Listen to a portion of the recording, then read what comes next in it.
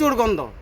এখন হয়তো আমরা এখানে সামনে থাকি, আমাদের অনেকটা অভ্যস্ত হয়ে গেছে, কিন্তু তারপরেও তো আমরা টিকতে পারতেছি না। তাহলে আমরা যেখানে টিকতে পারি না 24 ঘন্টা থেকে, সেখানে আপনারা তো কিছুই করতে পারবেন না। আপনারা তো 10 মিনিটও থাকতে পারবেন না এখানে। ময়লা, এটা হইলো ময়লার কাজ, কারখানার ভিতরে সম্পূর্ণ ময়লার কাজ, কিন্তু এরা এটা কোনো প্রতিক্ষেপ করে না। ওই যে আপনার হাজারিবাগে ব্যবহার করতো 5,000 লিটার পানি, এরা এনে দিছে 3,000 লিটার পানি।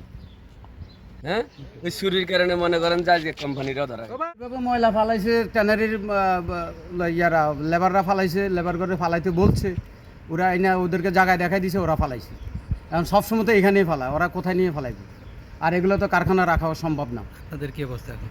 এখন যে যারা ফালাইতে আছে, এখন যে ফ্যাক্টরির এটা যে ফ্যাক্টরির সামনে পড়ে গেছে, আমাদের তো খুব অসুবিধা হয়ে যেতেছে। মানে জীবন কিভাবে বাঁচবে সেটাই আমরা বুঝতে পারতেছি না।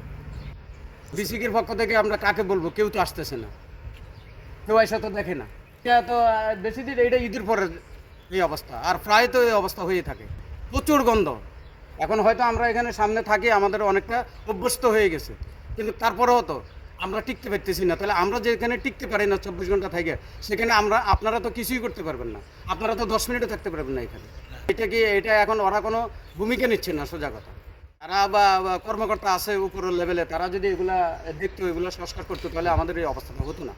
এই যে দেখেন না, এটা চাপ লাগা আর এই যে ওয়াল ভাঙ্গা পড়ে গেছে, তাহলে কতটুকু প্রেশার খাইতেছে। এখন ওনারা কিছুই জানে না। এখন আমরা কাকে বলবো? বড় বড় তারা আসে, এরা তো দেখতেছে, এরা তো এটার কোনো পদক্ষেপ নিচ্ছে না।